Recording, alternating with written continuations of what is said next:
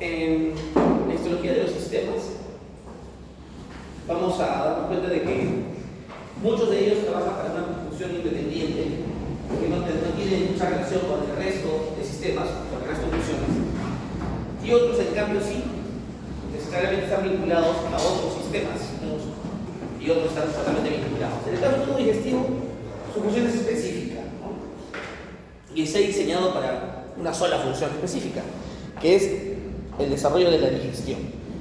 ¿Qué es digestión? ¿Qué entendemos por digestión? ¿Qué es digerir algo? ¿Es cuando qué? Descomponer. Eso es descomposición. Proceso de absorción. Ya. Todo eso de síntesis. No. Claro, es la combinación de lo que tú dices con lo que han dicho ustedes. O sea, es hacer que los alimentos, que son tal cual, uno los ve en un alimento, se conviertan en una partícula que sea capaz de absorberse y de incorporarse al metabolismo del ser humano, de las células del ser humano. Un pedazo de churrasco o un huevo duro, así tal cual lo vemos como alimento, no puede incorporarse con huevo duro al metabolismo de una célula. Tiene que partirse ese huevo duro y sacarse de él la albúmina, que es la proteína, y ni siquiera la proteína, sino tiene que partirse la cadena de aminoácidos y aminoácidos para poder ser absorbidos e integrados al metabolismo de las células.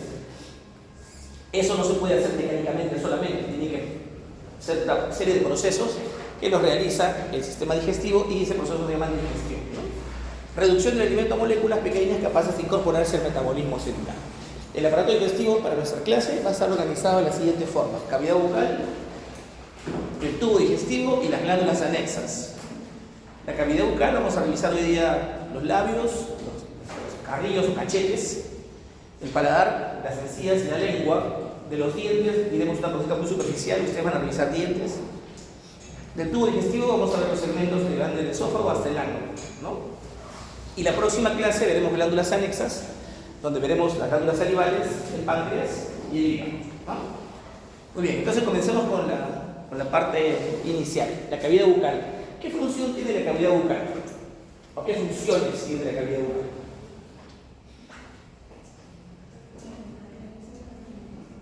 ¿Perdón? ¿Para? Ya, ¿y cómo lo hacen? ¿Cuáles son las acciones que van a llevar a eso? Primero, que es el inicio, la puerta de entrada del tubo digestivo, ¿no?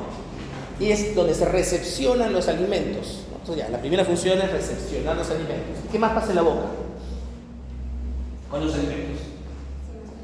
Ya, la masticación es una actividad mecánica que hace que los alimentos se particulen, ¿no? Se disminuyan de tamaño, o sea, porciones menores. Ya, trituración de los alimentos. ¿Nada más? Gracias a las celebraciones se activan ciertas enzimas. Perfecto. Se humedecen los alimentos, ¿no? A ver, coman cancha sin saliva. No puede, coman pan sin saliva, una tostada sin saliva. ¿Les ha pasado que tiene la boca seca y se come una tostada? Es horrible, ¿no? No se puede. La humidificación de los alimentos. Y además, en esa saliva y enzimas se inicia la partición molecular, ¿no? La parte de la digestión se inicia en la cavidad bucal con esas enzimas, ¿no? Amilasa, lipasa, básicamente. Que vamos a verlo en la próxima clase. ¿Qué más se da en la boca? ¿Ah? ¿Nada más? Solo se recepciona, se tritura y se humedece y se pierde de ahí. Muy misia la boca para cuatro cositas. Se perciben los sabores. Uno da cuenta que en la boca uno se da cuenta que las cosas son dulces, ácidas, amargas o saladas. Entonces los receptores sensoriales del gusto están en la boca y en la orofaringe. ¿Qué más? Pues la boca participa en la fonación, ¿no? Contribuye a la articulación de la palabra. Sin cavidad bucal no puede hablar, ¿no? Muy bien, entonces básicamente esas son las funciones que tiene la cavidad bucal. ¿Cómo está estructurado? La entrada está constituida por los labios. Los labios tienen una superficie externa, que es esta que rodea a los labios por fuera, que está cubierta de pilosidad, ¿no? Folículos pilosos, glándulas sudoríparas y marcadas. En los hombres ahí crece el bigote, ¿no? Las mujeres se lo afeitan para que no se les note. Piel fina. Luego tenemos un borde libre. El borde libre es esa región de la boca que las mujeres resaltan con un lápiz labial. Es una piel muy delgada, que tiene un color rojizo, un poco más intenso que el de la piel exterior, porque, primero, que la capa de la epidermis es muy delgadita, y segundo, que las papilas epidérmicas son muy altas y son muy vascularizadas. Eso hace que se transluzca el color rojo de la sangre en ese borde libre de los labios. ¿No? Son dos características importantes. Es más, cuando uno se hace un cortecito, un clavadito, sangre al toque, es una gotota de sangre porque tiene mucha vascularización esa zona, ¿no? Y luego tenemos una superficie interna, que es la que pueden ver ahí cuando traccionan los labios hacia abajo, ¿no? Que está formado por una estructura histológica que se conoce como mucosa bucal, ¿no? Está formada por la mucosa bucal, donde hay muchas glandulitas salivales secundarias que hacen que esa zona esté siempre húmeda. Ahorita diremos cómo está formada la mucosa bucal, ¿no? ¿Y qué contenido tienen los labios? Pues hay un macizo muscular, ¿no? Un macizo muscular que lo constituye un músculo que se llama orbicular de los labios, que es un músculo que permite que nosotros podamos abrir, cerrar la boca, abrir la mitad de la boca, lo que quieran ustedes hacer con la boca, ¿no? O sea, alucinen todo eso que hacen con la boca, lo hacen gracias a la presencia de ese músculo. ¿Qué es la mucosa bucal? La mucosa bucal es lo que ustedes pueden inflar cuando hacen eso. Todo eso que se infla está forrado internamente por mucosa bucal.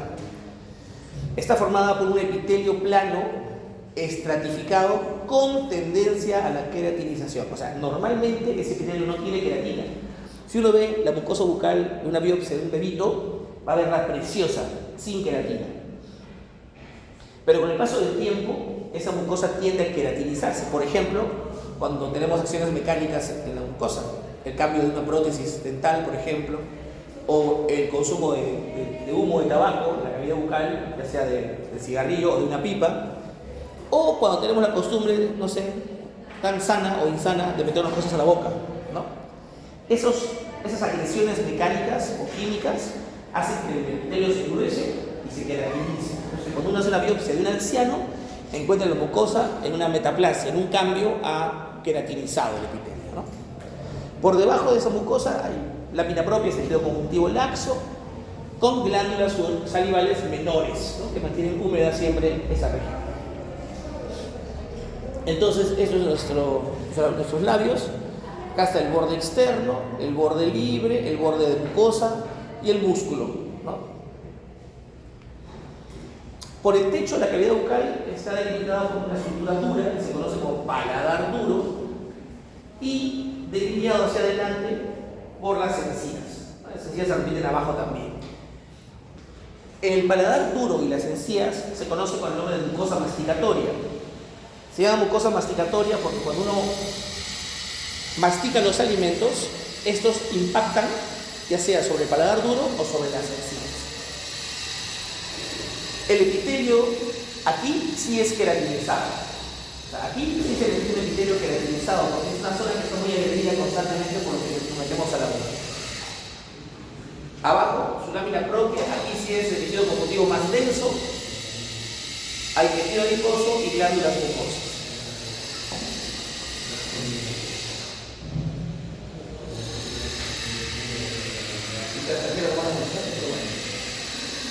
Entonces, ese es el paladar y las encías. La parte posterior del paladar duro se continúa con esa estructura que está acá atrás, que se llama paladar blando. Este otra vez pierde la queratina. Hay tejido conjuntivo por debajo, glándulas que lo mantienen húmedo. Aquí hay hay músculos de la cavidad bucal, que son músculos esqueléticos o estriados. Y se continúa en la parte superior con la mucosa respiratoria que veremos en las clases siguientes, ¿no? Entonces, eso es el paladar blando. ¿Qué contenido hay en la boca? Está la lengua. La lengua es un órgano que está dentro de la cavidad bucal, es un órgano muscular netamente. Esa lengua tiene una cara superior, una cara inferior y una masa central. En la cara superior yo voy a encontrar el epitelio de la lengua, revisa la lengua, que es un epitelio estratificado plano, queratinizado, porque también entra en contacto con los alimentos, forma parte de los bordes de la masticación. En los 2 tercios anteriores de la lengua voy a encontrar unas proyecciones o producciones del epitelio que se conocen como papilas linguales. Y en el tercio posterior voy a encontrar unas estructuras linfoides, que es una amígdala, que se conoce como amígdala lingual. La cara inferior de la lengua es mucosa. La mucosa bucal, tal cual hemos descrito hace un rato, acá no hay papilas, ¿no? Y el macizo es músculo estriado esquelético, y ustedes dominan la movilidad de la lengua, ¿no? Tejido conjuntivo, glándulas salivales menores, ¿no? Muchos vasos sanguíneos, muchos nervios y algunos ganglios también en esta región. Ganglios nerviosos, ¿no? Las papilas linguales, repito, que están en los 2 tercios anteriores y son de varios tipos, ¿no? La verdad es que los 2 tercios anteriores, a ver, acá está, esa es la lengua en su cara superior. Estos son los 2 tercios anteriores y este es el tercio posterior. Entre los 2 tercios anteriores y el tercio posterior hay una estructura en forma de D, formada por unas papilas grandotas que se llaman papilas circunvaladas. Y esta es la B lingual. Hay entre 12 y 16 papilas circunvaladas formando la B lingual.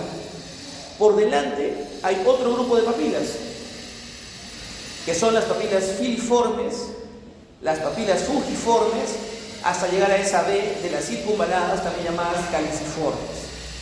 En algunos libros van a encontrar la presencia de papilas foliáceas. La verdad es que el adulto sano no tiene papilas foliáceas. Las papilas foliáceas son los repliegues laterales de mucosa que aparecen en unas especies de rumiantes y también en los bebés, los fetos y el bebé recién nacido a veces. Son como hojas de libro a los costados de la lengua. Pero un adulto normal, si usted saca la lengua y se revisa, no tiene papilas foliáceas, ¿no? En el tercio posterior, aquí, lo que está por debajo del epitelio es un acúmulo de tejido linfoide, formando nódulos linfoides y tejido linfoide intersticial, laxo, difuso, como corresponda, lo que se conoce como amígdala lingual, ¿no? Entonces ya sabemos que la amígdala lingual son una agrupación de tejido linfoide. ¿Y por qué tenemos tejido linfoide en la cavidad bucal? Vamos a encontrarlo en la lengua y en las amígdalas palatinas, porque nos metemos muchas cosas a la boca y esas cosas están potencialmente contaminadas y necesitamos tener ahí un ejército de linfocitos capaces de defendernos si es que alguna de esas cosas que nos metemos a la boca nos hace daño o potencialmente nos hace daño. Muy bien. Aquí tenemos una imagen donde se ven las papilas. Estas que están aquí son las filiformes. Esta que tiene forma de honguito es la fungiforme. Y esta grandota es la circunvalada. Aquí se ve en esta imagen también la B lingual. Acá está la B lingual. Los 2 tercios anteriores con las papilas filiformes y fungiformes. Y acá atrás tenemos la amígdala lingual, un tejido linfoide que se ve como un empedrado en esa región posterior. En el corte histológico, esta es la mucosa de la lengua. Papilas, estas son filiformes, filiformes. Esta es una fungiforme que tiene forma de honguito, ¿no? Y otras filiformes. Casi toda la lengua está poblada en su cara superior de esas papilas de 2 tipos. En este borde cara superior de la lengua encontramos además unas estructuras histológicas que son vinculadas al sistema nervioso, son receptores sensoriales. Cuando hablamos de sensorio, hablamos de sentidos, ¿no? Sensorialidad son los sentidos, la visión, el oído, el gusto, el tacto, es sensorial. Es un tipo especial de sensibilidad. Sensibilidad es todo lo que entra, ¿no? Todo lo que es aferente de sensibilidad. En este caso, la sensibilidad sensorial está vinculada a los sentidos. ¿Cómo están constituidos esos corpúsculos gustativos? De hecho, están en la mucosa bucal, pero prácticamente en la lengua, en la cara superior y algo en la región posterior del orofaringe. Es un tipo especial de quimiorreceptores, es decir, que se activan gracias a la presencia de sustancias químicas que vienen diluidas en la saliva y que son traídas en el alimento, ¿no? Son unas estructuras ovaladas, más pálidas que el epitelio de la lengua, y ocupan todo el ancho del epitelio de la lengua. tienen un punto de ingreso en su zona apical que se conoce como poro gustativo. En este corpúsculo gustativo yo voy a encontrar 4 tipos diferentes de células. Las células tipo 1 y las tipo 2 son células que organizan o acomodan las otras. Las células tipo 3 son las células que se conocen también como células sensoriales. Esas son las que perciben el sabor, las sensoriales. Y unas pequeñitas basales, que son las que dan origen a la 1, 2 y 3, ¿no? Como las células madre del corpúsculo gustativo, ¿no?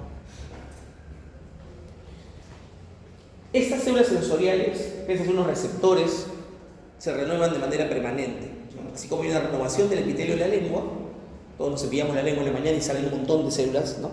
También se renuevan las células de los corpúsculos gustativos. Entonces acá tenemos, por ejemplo, papilas, ¿no? Las papilas en la lengua son las papilas. Este es el epitelio, estratificado plano con un poquito de queratina, que no se ve bien acá. Y en lo ancho del epitelio está esa estructura ovalada, acá hay otra, acá hay otra. Esos son los corpúsculos gustativos. Y miren, en este de acá se ve este huequito ahí, que es el poro gustativo. A mayor aumento, acá yo tengo mi corpúsculo gustativo, mi poro gustativo, y acá están los 4 tipos de células que hemos hablado: las tipo 1, las tipo 2, las sensoriales y las basales, ¿no? Los 4 tipos de células del corpúsculo gustativo. Otra imagen, acá se ve el epitelio con su capa de queratina de la lengua, epitelio estratificado plano queratinizado, y en lo ancho de todo el epitelio, el corpúsculo gustativo. Listo. Otro contenido que hay en la cavidad bucal es el diente. El diente histológicamente es complejo. Es una estructura sólida que tiene 5 partes que seguro que revisan. Una parte del diente se llama esmalte, es esta de aquí, que podemos observar nosotros hacia afuera. Las coronas de los dientes son de esmalte, revestidas de esmalte. Ese esmalte protege otra capa también sólida que se llama dentina, la capa dentina, y ambas protegen una zona central que se llama pulpa dentaria, ¿no? La pulpa. Por fuera tenemos los ligamentos periodontales, que son estructuras de tejido conjuntivo como unos amortiguadores del diente. El diente se mueve, por eso ustedes pueden meter hilo dental, traccionar, jalar, pueden morder tan fuerte, a veces algo casualmente un hueso, por ejemplo, y el diente no se parte porque tienen cierto amortiguador de ligamento periodontal.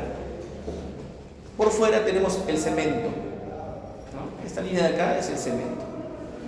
Entonces tenemos, el cemento es como la dentina hacia arriba, hacia abajo es el cemento.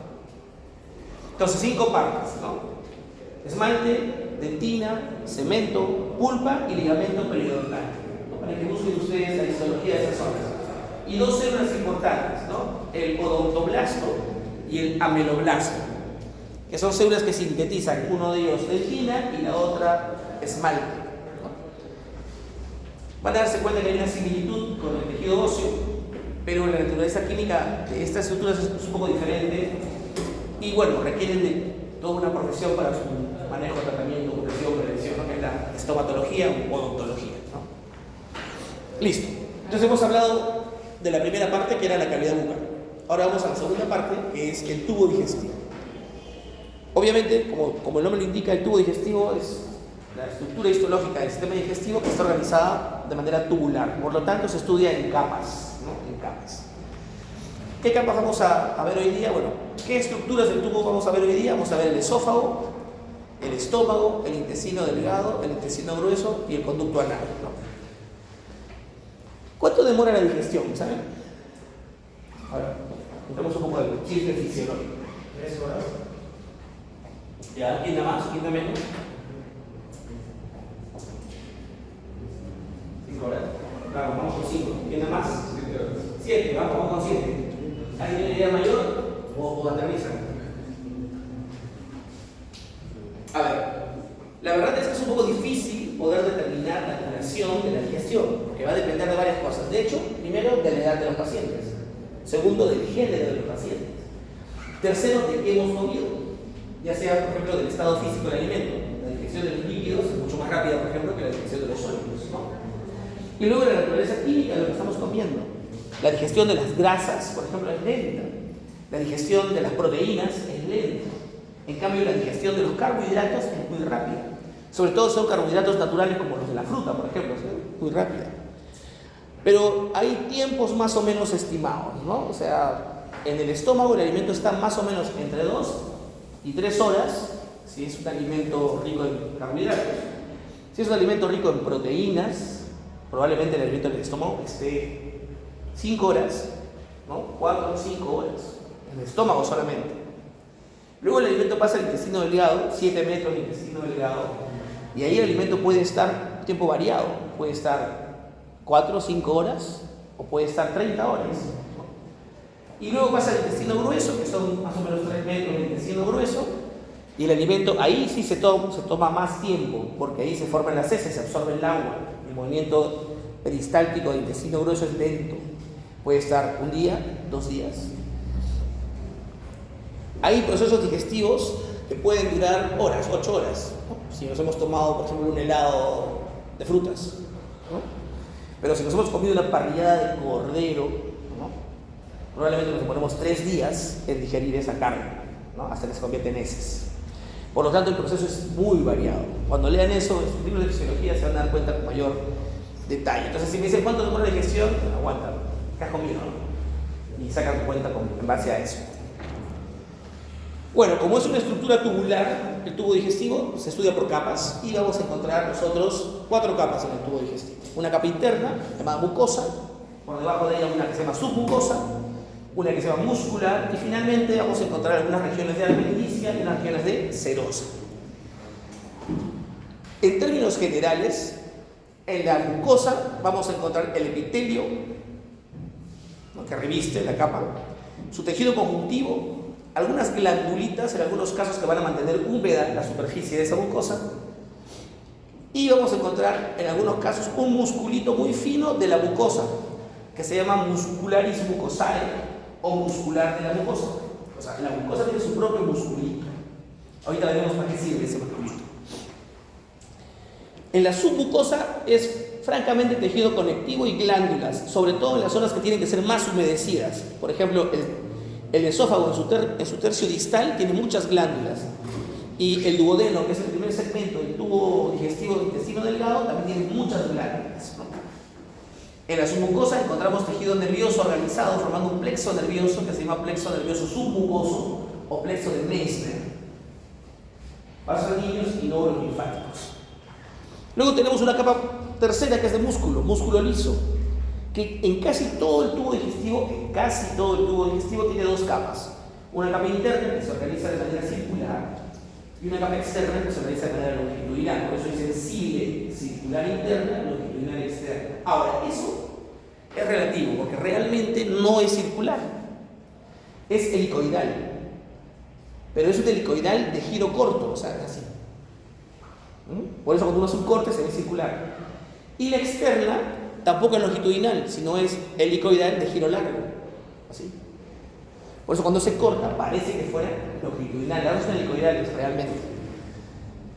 Y un segundo plexo nervioso que se llama plexo nervioso de Auerbach. Finalmente, hacia afuera encontramos tejido conjuntivo laxo. Cuando ese tejido conjuntivo laxo está revestido de epitelio simple plano o mesotelio, se llamará serosa.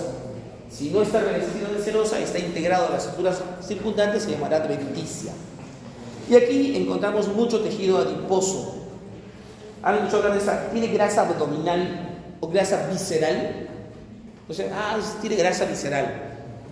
¿Quién es el que tiene grasa visceral? Es aquel que, como yo, es delgado, pero tiene guata, ¿no?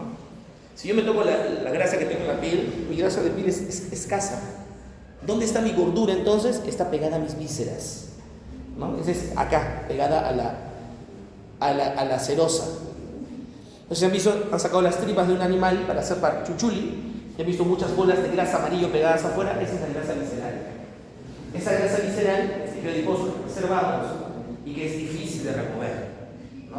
O sea, ahí sí hay que hacer dieta extrema para vivir mucho tiempo. Porque yo con ejercicio, si estoy en estómago, tengo abdominales, pero no se nota. Porque mi grasa abdominal es la que llama la atención, ¿no? Eso pasa con la gente que es gordita así, solamente en el centro, ¿no?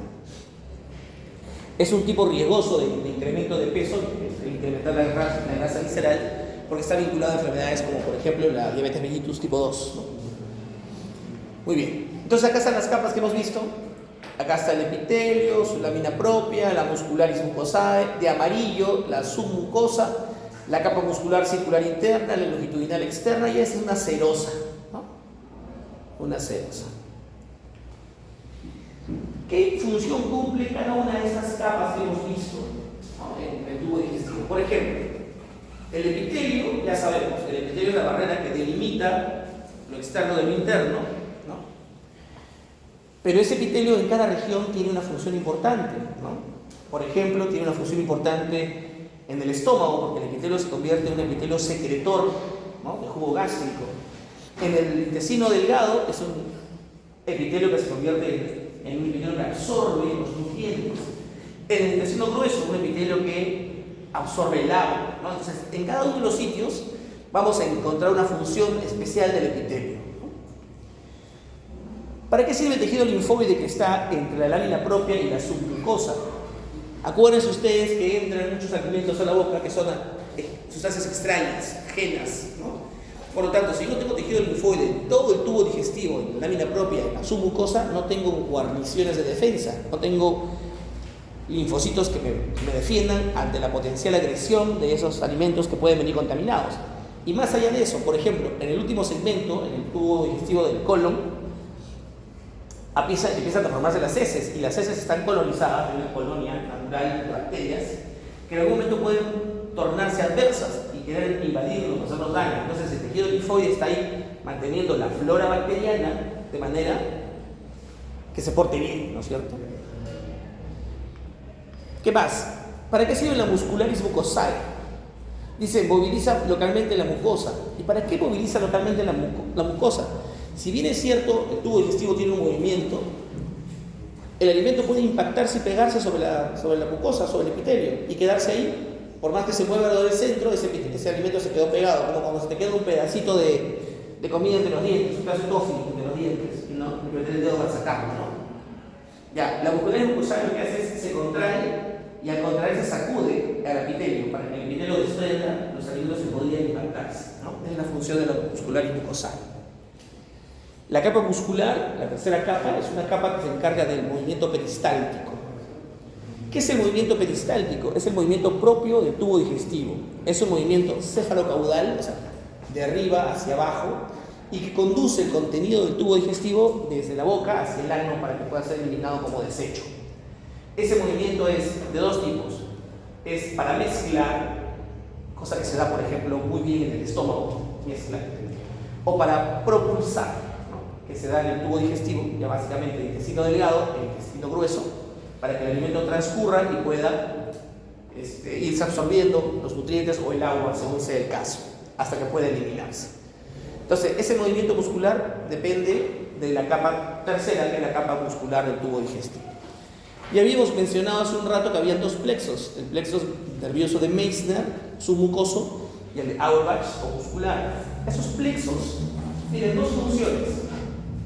Una de ellas es el peristaltismo, ¿no? O sea, son las que regulan el movimiento del tubo digestivo.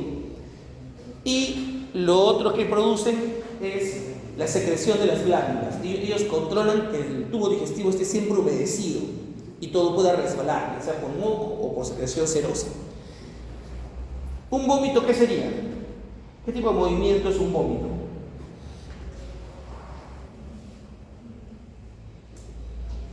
¿Es un movimiento normal el vómito? No, ¿no es cierto? ¿Por qué se produce un vómito? Naturalmente, ¿eh? O sea, uno puede despertarse un vómito, ¿no? Un reflejo nauseoso, ¿no? El vómito. Pero naturalmente hay gente que vomita. ¿Por qué? Mecanismo de defensa del estómago. Así es, ¿no? Si ingresa algo que el estómago reconoce como que no está tan chévere, entonces el estómago lo quiere eliminar, ¿no? Y vomitas por eso. Una sustancia irritante, una sustancia, en fin, alcohol. Toman alcohol los que no están acostumbrados y les viene, el estómago no le gusta esa sensación de sentir alcohol al que no está acostumbrado. O tomar un alcohol muy fuerte, entonces, ¿no? Es un movimiento antiperistáltico. Antiperistáltico, va en contra del ritmo normal del movimiento peristáltico. ¿Y la diarrea qué será? ¿Qué tipo de movimiento es? Es un movimiento peristáctico aumentado, ¿no? Acelerado, que hace que el alimento empiece a estar el tiempo para poder absorberse el agua. Como está tan acelerado el movimiento, hace que salga y sale líquido. ¿Y por qué se produce una diarrea? Por varias razones. Pero la razón de fondo es que uno quiere eliminar rápidamente lo que está dentro. Porque tiene algún alimento tóxico, porque tiene alguna bacteria agresiva, por alguna razón uno quiere eliminarlo. Entonces se aumenta el peristaltismo y sale la diarrea. Ahora vamos a mencionar características especiales de cada uno de los segmentos. Comenzaremos por el esófago, ¿no? La histología del esófago. El esófago es el órgano tubular que comunica la cavidad bucal con el estómago. Solo es un túnel, un pasaje, nada más. En el esófago no se producen muchos fenómenos digestivos, ¿no? El esófago es un órgano tubular, tiene las 4 capas que hemos visto. ¿Qué cosas son importantes de recordar del esófago? Primero, que su epitelio es como el de la cavidad bucal, estratificado, plano, no queratinizado. ¿Y por qué el esófago, que es una víscera ya en el mediastino, tiene un epitelio tan grueso como si fuera la vagina o la boca? Porque el alimento que ha sido masticado aún sigue siendo potencialmente dañino. Entonces tiene que viajar por un túnel muy protegido para no dañar las estructuras que forman parte de la pared de este túnel. Por eso el epitelio es grueso, estratificado, plano, no queratinizado. ¿Qué más es importante del esófago? Que en la parte distal, donde se acerca al estómago, aparecen muchas glándulas en el esófago que producen moco para que esté mojadita esa zona, ese tercio distal. Esas glándulas son glándulas de tipo mucoso y se llaman glándulas cardíacas porque la unión del esófago con el estómago se llama cardias, ¿no? Entonces dice, me duele en la boca del estómago, dice, ustedes saben que se hace cardias, ¿no? La unión del esófago con el estómago. Acá dice el paciente, me duele la boca del estómago. El estómago está acá, ¿no? Pero aquí es donde comienza. ¿Qué más? Las submucosas como la que hemos escrito, la muscular. En el esófago hay una peculiaridad de la muscular. El tercio superior del esófago tiene músculo liso. Tiene músculo estriado, esquelético, como la cavidad bucal. Por eso es que ustedes pueden impulsar el alimento, ¿no? En la deglución. Y ese impulso es el músculo voluntario. Ustedes deciden cuándo tragar, ¿no? Y pueden incluso hasta regresar un alimento ordenándole al tercio superior del esófago que haga su trabajo. El tercio medio del esófago hay un cambio de células entre musculares estriadas y musculares lisas. Hay una transición tipo popular. Y el tercio distal del esófago sí es francamente músculo liso, ¿no? Músculo liso. Lo otro que es importante de recordar del esófago es que casi todo el esófago es adventicia. Cuando uno abre el tórax, no puede sacar el esófago así. Tiene que disecarlo por debajo de la tráquea, ¿no? Y está integrado a los órganos vecinos.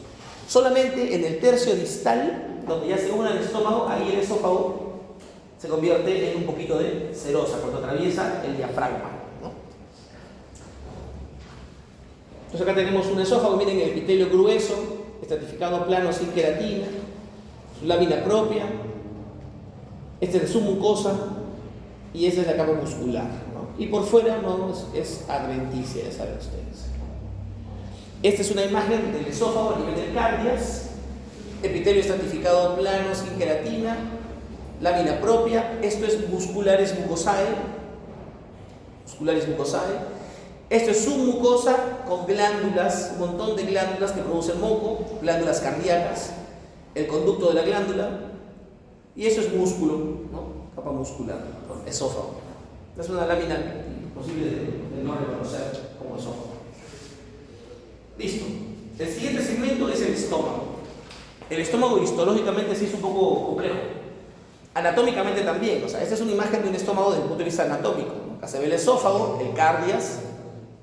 Y el estómago es este saco que alberga más o menos 1 litro de cavidad, 1,5 litros de cavidad, de contenido. Tiene regiones anatómicas. Por ejemplo, tiene el fondo gástrico, tiene el cuerpo gástrico, el antro y el píloro. El píloro es donde el estómago se convierte en duodeno, el cambio, ¿no? Entonces ya saben, cardias, fondo, cuerpo, antro y píloro. Histológicamente vamos a encontrar diferencias entre una y otra zona. En términos generales, lo complejo del estómago está en su mucosa. La mucosa del estómago tiene un epitelio simple cilíndrico. Entre el esófago y el estómago aparece un fenómeno que se llama transición de epitelios, que es decir, un epitelio deja de ser de un tipo para convertirse en otro tipo de epitelio. Deja de ser estratificado plano sin queratina para convertirse en epitelio simple cilíndrico. Es un epitelio simple cilíndrico que produce moco. O sea, el mismo epitelio produce moco, pero además vamos a encontrar células caliciformes, que son células que por naturaleza producen moco.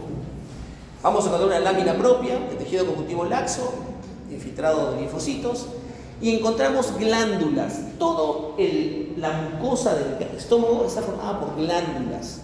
¿Qué tipo de glándulas? Glándulas tubulares simples, básicamente. ¿Se acuerdan de una tubular simple? Un único conducto y una unidad secretoria en forma de tubo, un tubo de ensayo, ¿no? Glándulas tubulares simples. Hay glándulas en el cardias, ya las hemos visto hace un rato, hay glándulas en el fondo y en el píloro de tipo distinto.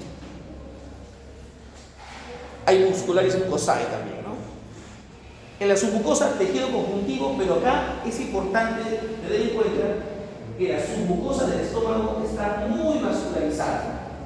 Tan vascularizada que cuando se hace una herida, la mucosa sangra mucho el estómago. Eso que se conoce como úlcera gástrica sangrante es porque se perdió la mucosa y empezó a sangrar la submucosa y se llena de sangre el estómago. Aquí la capa muscular, en vez de tener 2 capas, como todo el tubo digestivo, tiene 3 capas de músculo, ¿no? Hay una capa interna que se hace oblicua, una capa media circular y una capa externa longitudinal. El estómago todo es serosa, todo es serosa. Ahora miremos las glándulas del estómago. En la zona del cardias, las glándulas suelen ser tubular ramificada, como esta. Tubular, pero tiene 2 ramas, ¿no? Una acá, otra acá. Y producen moco, productoras de moco. Vamos a encontrar además aquí algunas poquitas células que producen ácido clorhídrico también, pero poquito en el cardias. Casi todo produce moco. En el cuerpo y fondo yo voy a encontrar otro tipo de glándulas. Esas serán tubulares rectas, que tienen 3 regiones, ¿no? Una región que se llama istmo, una región que se llama cuello y una región que se llama base. Y voy a encontrar distintos tipos celulares en la pared de la glándula, como células secretoras. Voy a encontrar un grupo de células que se llaman células madre, que dan origen al resto de células. Voy a encontrar un grupo de células que se llaman células parietales, que producen ácido clorhídrico, otras que se conocen como células zimógenas, que producen enzimas, y algunas células enteroendocrinas. Bueno, en el píloro son glándulas básicamente que producen moco. Ahorita veremos otra vez lo de las glándulas. Miren, esta es una imagen que muestra la pared del estómago. Esta imagen es bien bonita. Este de acá, bonito, es el epitelio simple cilíndrico. ¿Se dan cuenta? Simple cilíndrico productor de moco.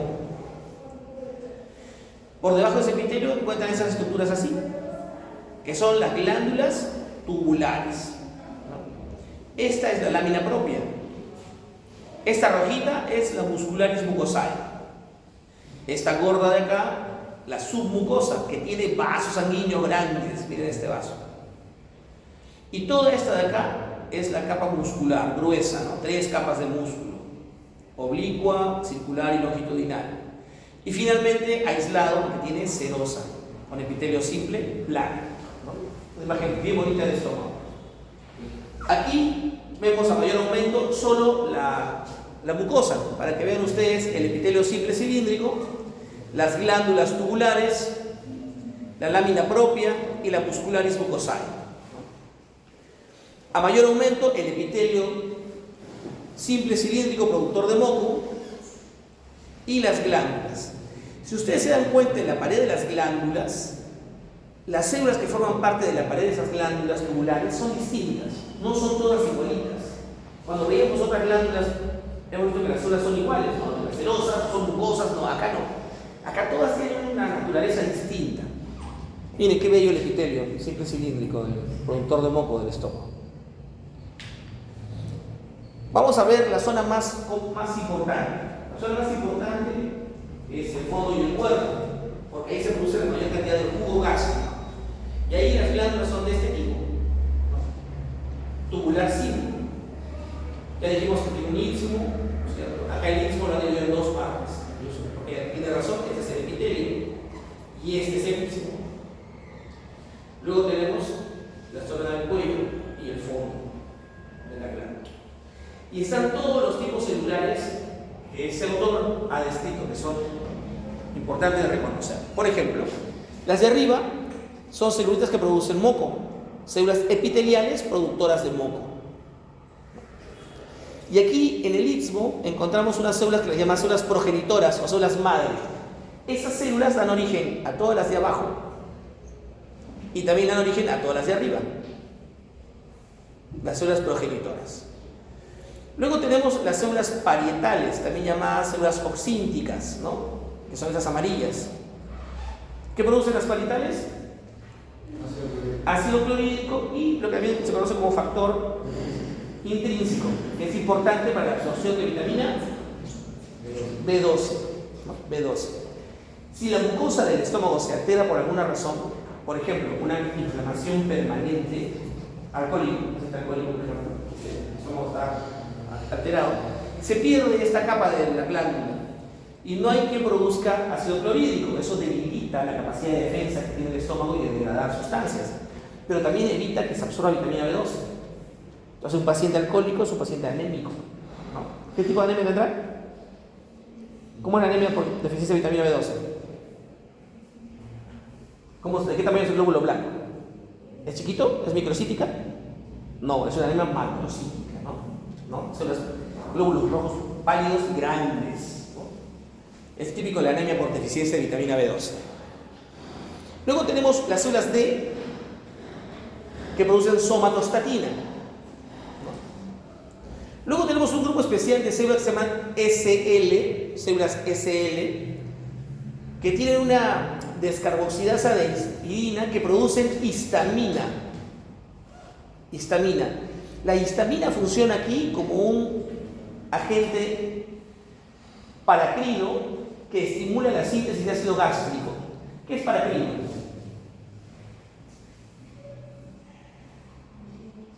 ¿Qué es autocrino? ¿Qué es paracrino? ¿Qué es endocrino?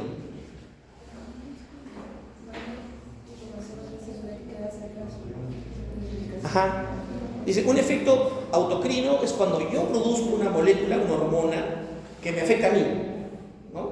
Quiero engordar, produzco mi hormona para yo mismo engordar, como célula. Paracrino es cuando yo produzco una hormona que afecta o da señales a los que están a mi alrededor. Y endocrino es cuando yo produzco una hormona que la envío a la sangre o a la linfa para que produzca un efecto a lo lejos, ¿no? Ya, en este caso, las células SL producen histamina que por efecto paracrino afectan a las células parietales para que produzcan ácido clorhídrico. Luego tenemos las CC que producen serotonina. Luego las XL, estas son muy importantes, deben haber escuchado esto, es una cosa que está así como muy de moda. Es más, esta imagen es más o menos reciente, por eso todavía no está traducida. Estas producen grelina. ¿Alguien ha escuchado de la grelina? Ajá. Es la hormona que tiene que ver con la sensación de plenitud, ¿no? Cuando doy un control de esa hormona, yo no dejo de tener hambre y como, ¿no? Pero cuando esa hormona está elevada, tengo sensación de saciedad, ¿no? Incluso hoy en día, yo hace tiempo tuve un problema de hipertrigliceridemia y colesterolemia, estuve volando, entonces mi médico endocrino me dice, doctor, no le puedo dar a usted el tratamiento que le dan al resto de personas porque yo no quería hacer dieta, pues, ¿no? No quería comer lo que quería comer. Y no quería dejar de tomar alcohol, que es una cosa que te impides cuando... Y me dio una opción que se llama, el medicamento comercialmente se llama Saxenda, que es una hormona, un análogo, que produce sensación de plenitud. Te pones la hormona y tienes sensación de estómago lleno. Y yo dije, ya, probemos pues. Comencé el tratamiento con 0.6 microgramos diarios. Entonces todos los días me clavaba una pistola, un lapicero, te lo clavas en la grasa del estómago. Y me reí porque no pasaba nada, pero cuando me duplicó la dosis, me la triplicó a 1.8 diario, mi mamá me servía el almuerzo y decía, guárdate eso, me comía menos de la mitad y ya estaba lleno. Funcionaba. 4 meses, todo volvió al colesterol, mis triglicéridos bajaron normal y me bajé 4 kilos. Estuvo bien, ¿no? Entonces, ese fenómeno que se usa para controlar ese problema de alimentación es gracias a estas células, ¿no? A la hormona que produce estas células. Las charlas de hoy en día vinculadas a la nutrición hablan mucho de creatinina. Si les interesa el tema, es para que lean al respecto. Y luego tenemos abajo otras células que tienen, bueno, acá tenemos a las principales o células simógenas, ¿no? ¿Qué son las que se encargan de producir qué cosa?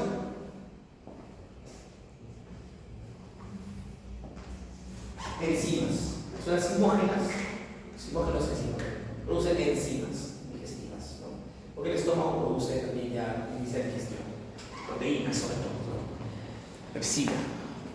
A ver, ¿para qué sirve el jugo gástrico que produce el estómago? ¿Por qué tenemos... Alguien ha vomitado agua, doctor, y es horrible el sabor de esa agua, ¿no es cierto? Ya, ese es el jugo gástrico lo que vomitan, ¿no? Con mucho moco, obviamente, pero siente sabor ácido, y hace un olor ácido, ¿no? Desagradable. Cuando vomitan jugo gástrico en la cama, el olor queda, mejor cambio de colchón, ¿no? ¿Por qué tenemos ese veneno en el estómago? Claro, uno es que químicamente tiene un pH tan bajo que nadie puede vivir en ese pH. Entonces, muchos de los microorganismos que ingresan con los alimentos mueren por acidez. Esa es una razón. Y la otra es, ¿ustedes a quién le gusta comer el huevo pasado? A mí me gusta el huevo pasado. Huevo pasado, huevo no cocido, ¿no? Con la clara cruda de la yema cruda. ¿A quién le gusta la carne a término medio? A mí. Me gusta la carne roja al centro sangrante, ¿no? Pero esa carne y esa proteína del huevo no está desnaturalizada. ¿Qué es desnaturalización? ¿Ah? Claro, las proteínas normalmente tienen varios... Bueno, en la naturaleza uno nunca las encuentra en estructura primaria, las encuentra en estructuras terciarias o cuaternarias, ¿no? Enrolladas y pegadas a otras proteínas. Cuando yo quiero obtener los aminoácidos de esa proteína, no lo puedo hacer fácilmente porque está enrollada, ¿no? Está muy protegida. Lo que tengo que hacer yo es ¿no? Estirar el rosario de aminoácidos, o sea, volverlo a su estructura primaria. La estructura primaria es la cadena de aminoácidos. Y esa cadena de aminoácidos, ¿cómo la consigo? Desnaturalizando la proteína. ¿Cómo hicieron nuestros ancestros para desnaturalizar las proteínas de los búfalos que se comían? El fuego, pues. Calor extremo desnaturaliza cocinar las proteínas y comían su huevo duro y su carne cocida, ¿no? Pero con el paso del tiempo hemos vuelto a comer sushi, pescado crudo, ¿no? Hemos vuelto a comer huevo crudo, hemos vuelto a comer carne en término medio, ¿no? A los que les gusta el carpaccio, carne cruda, ¿no? ¿Cómo hacemos para desnaturalizar esa proteína y poder usarla? El jugo gástrico, que tiene pH acidísimo, la desnaturaliza. Ayuda a hacer lo que no hacemos en la cocina, ¿no? Eso es importante para que una vez que pase el intestino delgado se puedan seccionar esas cadenas de aminoácidos y convertirse en aminoácidos absorbibles, ¿no? Eso gracias al ácido que producen las células estas, ¿no? Muy bien. Esta es la célula que produce, la que vimos hace un rato. Esta célula oxíntica o parietal tiene esta forma. Esta es una inactiva y esta es una activa. Es decir, acá está produciendo ácido. Miren cómo cambian las microvellosidades de esta región. Se hacen más largas, se interdigitan, ¿no? Miren, así es la célula. Y esta es una microfotografía electrónica de la célula. O sea, acá está el centro, acá está el núcleo, ¿no? Núcleo. Y estos son los brazos, como los brazos, ¿no? Y ahí están las microvellosidades. Esta célula está activa, está inactiva. Miren acá. Inactiva, microvellosidades chiquitas, activa, microvellosidades grandes. ¿Ya? ¿Esta célula está activa o inactiva? Está muy activa, ¿no? Se ve claramente todos los pliegues de la membrana interdigital, no sé cómo. Ahora, en el tubo digestivo, como vimos acá, hay células que producen hormonas. serotonina, grelina, somatostatina. Esas células que producen hormonas, ya sean para efecto paracrino o para efecto endocrino, son células que forman parte de un sistema especial del tejido del sistema endocrino, que se llama sistema entero-endocrino o entero-endocrino. Entero es el prefijo de tubo digestivo, ¿no? Entero-endocrino. Y permite que haya una comunicación hormonal paracrina principalmente entre órgano y órgano. O sea, el estómago le dice al intestino delgado: oye, intestino delgado, ya me voy a vaciar, prepárate, ¿no? Vaciamiento gástrico, ¿no? El intestino delgado dice: ya, chévere, gracias por pasarme la voz. Páncreas, necesito tus enzimas. Entonces el páncreas se pone alerta para poder también matar su chorro de enzimas. Le dice: vesícula, la comida viene grasosa. La vesícula está lista para poder dispararse. Una vez que se vacía el estómago hacia el intestino delgado, la vesícula se contrae porque hay el emisor ligero, ya, se contrae, ya, el jugo gástrico. Esa comunicación es gracias a este sistema de células entero-endocrinas. Células que producen hormonas para comunicación de tipo principalmente paracrino, algo endocrino también. Esas células son de varios tipos, ya hemos visto algunas como la grelina o la SLC, etc. Y producen hormonas. La A produce glucagón, la G gastrina, la SK secretina, el péptido intestinal vasoactivo, la glicentina, colecistocinina, somatostatina, motilina, serotonina. ¿Dónde se encuentran? Por ejemplo, unas en el estómago, menos en el intestino grueso, otras en el píloro con mayor cantidad de yeyuno y así. Vamos a encontrarlas en la mucosa de estos segmentos del tubo digestivo. Y acá están los efectos. Uno produce glucogenólisis hepática, otro aumenta, estimula la secreción de ácido clorhídrico, otro le avisa al páncreas para que mantenga una secreción alcalina en sus túbulos, otros inhiben la secreción del ácido clorhídrico, etc., ¿no?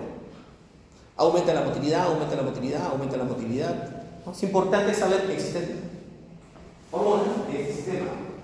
APU, se llama APU o entero-endocrino. APUD. Listo, vayamos al segmento siguiente, intestino delgado. Igual, ya sabemos, mucosa, submucosa, muscular y serosa. No hay nada que decir acá. La mucosa. Aquí lo importante es el epitelio. Es un epitelio simple cilíndrico con microvellosidades. Y es un epitelio donde las células se conocen con el nombre artístico de enterocitos. Son los enterocitos. Y son células que tienen como función más importante la absorción. Absorción.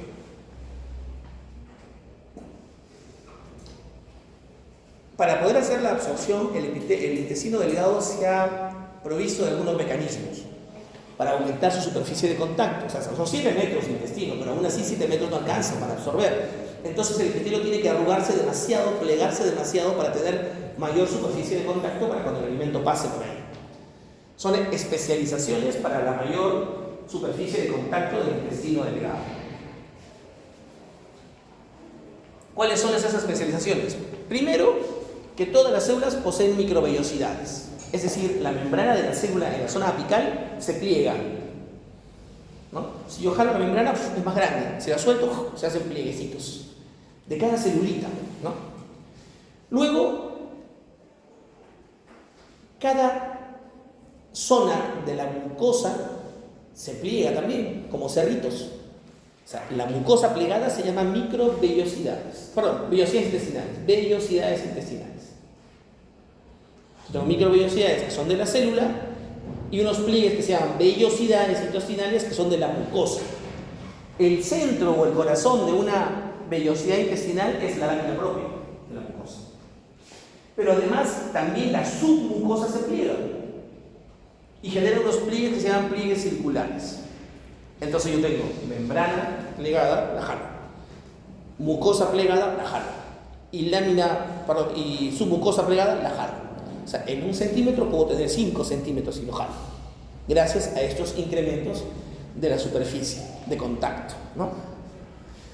En la zona del duodeno, básicamente, vamos a encontrar además glándulas intestinales, ¿no? Donde encontramos algunos tipos especiales de células, donde me interesa un poco a las células de Paneth, que veremos en un instante. Entonces acá yo tengo estas son mis vellosidades intestinales. Cada vellosidad tiene células epiteliales en su interior, ¿no? Miren, Aquí no se ven las microvellosidades, porque son de cada celulita. Este es el epitelio, acá arriba, este rojito es el epitelio, plegado. Pero estas columnas que se ven aquí son las vellosidades intestinales. Su centro, eso que estoy señalando con el puntero, ese centro es de lámina propia. Y esta de aquí es un pliegue circular. Su centro es de su mucosa. Y esto de acá es muscular y esto de acá es serosa, ¿no? Eso es para que vean cómo se incrementa la superficie del intestino delgado para incrementar la absorción.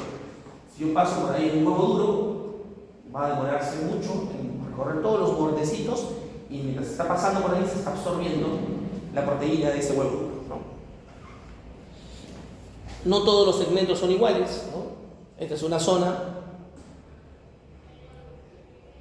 y hay uno, por eso. Y esta es otra zona, pero igual tiene las vellosidades, ¿no? Esta es la zona del duodeno. Estas son glándulas. Acá hay una transición. Estas son las células de las glándulas que tienen la zona del duodeno.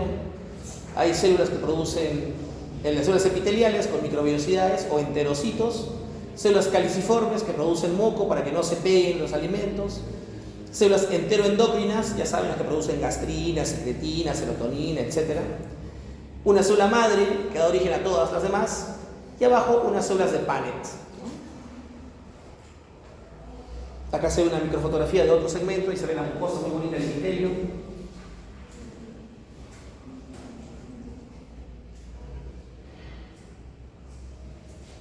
La célula de Paneth. Muy bien, esta es la zona en la que el intestino delgado, que es este de aquí, se convierte en intestino grueso, que es este de aquí. Esta zona se llama ciego. Y en esta zona del ciego, donde se une el intestino delgado con el intestino grueso, aparece una estructura rara, como una protrusión del intestino grueso, que se llama apéndice vermiforme o apéndice secal. Vermiforme porque se parece a un oxíodo, el oxíodo se llama enterobios vermiculares, ¿no? Vermiforme, como un gusanito, ¿no? Esa es la famosa apéndice que nos da apendicitis, esa es, ¿no? El intestino grueso tiene una estructura parecida a todo el tubo digestivo, pero llama mucho la atención esto. Este es el apéndice, a ver, acá se ve otra vez, ¿no? Intestino delgado, ciego. Acá comienza el colon ascendente, transverso, descendente, sigmoide, recto. Este es el apéndice. En la mucosa y lámina propia y submucosa del apéndice y de todo el tubo del colon, sobre todo en esa zona, hay mucho tejido linfoide. Es más, dicen algunos estudios que esta región es como una biblioteca de memoria inmunológica. Dicen que muchos de los linfocitos que han conocido alguna enfermedad, sobre todo las bacterias que están codificadas de la flora bacteriana, están almacenadas en el apéndice.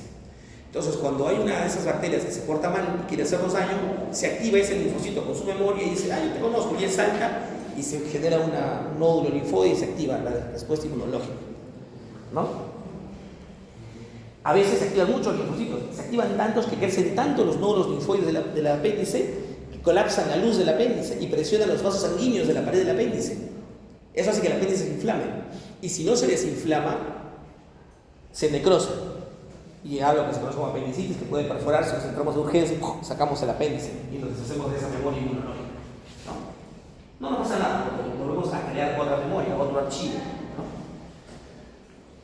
El intestino grueso tiene igual 4 paredes. ¿Qué es importante?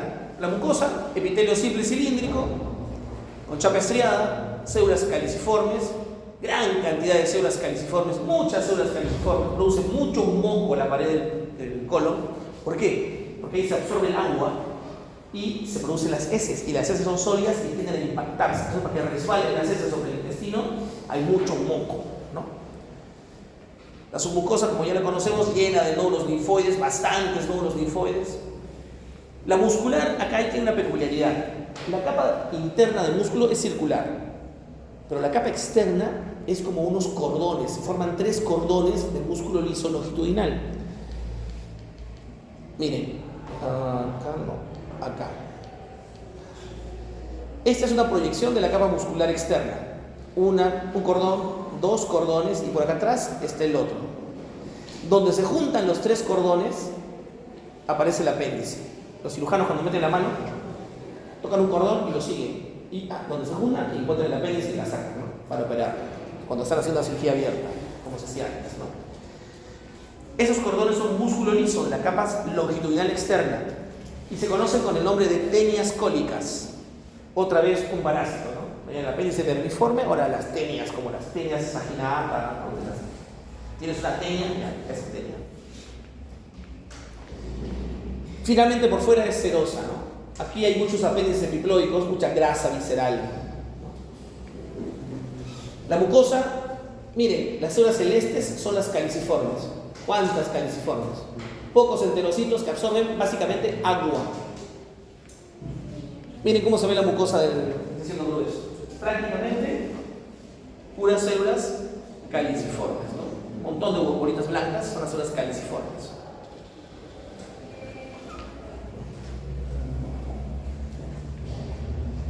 Las heces se forman durante todo el viaje ese que hemos mencionado, que puede durar horas o días, y llegan y se acumulan acá. Este es el recto, el último segmento del tubo digestivo grueso, del intestino grueso. Y van dilatando la zona del recto. Van llegando y se van acumulando ahí y se dilata el recto.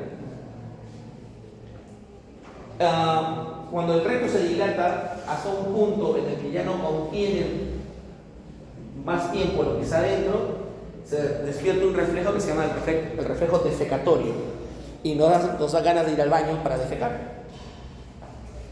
En el ano, la capa circular interna está reforzada por una capa externa de músculo esquelético que se conoce con el nombre de esfínter anal. Cuando se llena el recto, el músculo liso se dilata y nosotros tenemos urgencia de ir al baño. Ahí, ¿qué hacemos? Apretamos, ¿no? Usamos el esfínter externo que sí manejamos nosotros mientras llegamos al baño. Pero como es músculo esquelético, no aguanta mucho tiempo. A ver, hagan pesas, 50 repeticiones, un músculo esquelético se les va a caer la pesa, con 8 kilos se les cae. A los hijos reteniendo las heces 10 minutos, no aguanta, pero se les cae, ¿no? Entonces hay que correr y llegar al baño, ¿no? Para poder eliminar los desechos de la digestión, ¿no? Se ha absorbido lo que necesitamos y se ha eliminado lo que no alcanzamos a absorber, más los desechos propios, ¿no? O lo que no podemos ser capaces de digerir. Hay cosas que no somos capaces de digerir. Mucha fibra, por ejemplo, no la digerimos, por más que tenemos bacterias que nos ayudan, ¿no? Entonces se elimina como tal, ¿no? Hay gente que tiene problemas para digerir, por ejemplo, la leche, ¿no? Intolerantes son. Entonces también producen diarrea o gases porque no podemos digerir la leche. Y así hay enfermedades vinculadas a problemas de absorción de algunos nutrientes que producen problemas dispépsicos de la digestión. Muy bien. ¿Alguna pregunta hasta aquí? Ya. He acabado a las 9:41. Y hasta aquí es el contenido que queda para nuestro examen de la próxima semana. Así que a estudiar. El examen es a las 8:30 del día